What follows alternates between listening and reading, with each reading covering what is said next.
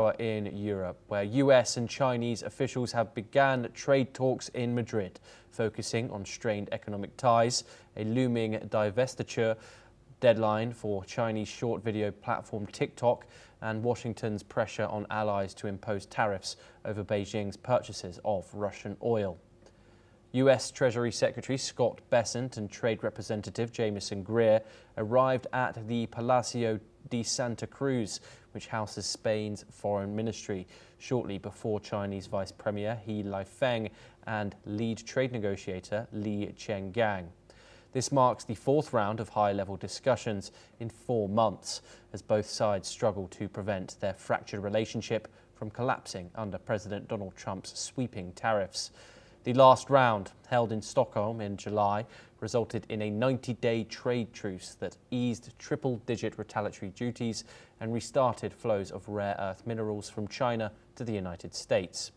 Trump has now approved an extension of current US tariffs on Chinese imports, maintaining an average rate of 55% through to November the 10th. We're now joined by Raymond Vickery, who's a former US Assistant Secretary of Commerce, and he joins us live from Washington, D.C. Raymond, it's always a pleasure to have you on the program.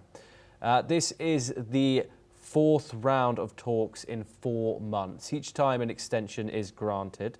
Does this suggest that momentum is shifting towards stabilizing ties, or simply an effort to stop things from falling apart? Well, thanks very much for having me, Thomas. It's always a pleasure. I'm afraid that this is an indication of just kicking the can down the road. In order to wage peace, just like you wage war, you've got to have a strategy and you've got to have partners and allies in order to be effective. Unfortunately, Donald Trump, our president, does not have either strategy or partners. He views these as transactions that are separate and apart from the relationships which require nations to be bound together in a common purpose, particularly democratic nations. So what is going on here is simply preliminary sparring. And it is, of course, to be favored over actual violence or hostilities, but it does not get us to a long-term kind of solution. I have every confidence that what Donald Trump has in mind is that he and Xi are going to get together and they're going to make a deal in which President Trump will be able to say that he won and that it'll be resolved that way. But that's not going to happen. So yes, it's good that the sides are talking. But if you haven't made any progress in 4 rounds, it's difficult to see, particularly with threats of 100% retaliation from not only the U.S. but from Europe as to how you come together. We have to get back to a multilateral approach in which the democracies have a strategy and have cooperation in order to achieve an end. But at this point, that's sadly lacking. Raymond, are these tariffs still an effective tool to pressure Beijing from Washington, or do they risk pushing the US deeper into an economic standoff with China?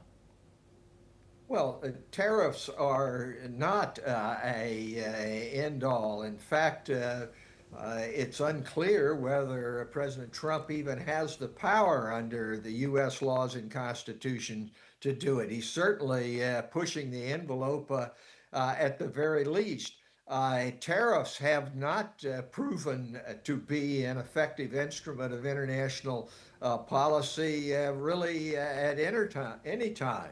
You can make an argument that coordinated sanctions of various kinds have helped, such as in the South African case.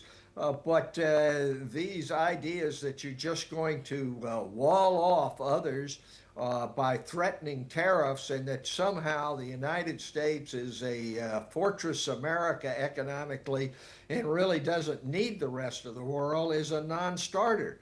This is not an approach which is going to yield results in the long run, and of course is hurting the United States in terms of one of the key issues that President Trump ran on, which was that he's going to bring down inflation. That just is not going to happen with this one-size-fits-all tariff policy. Yes, and Raymond, do stay with us. We have some breaking news coming in. U.S. Commerce Secretary Howard Lutnick has launched a sharp criticism of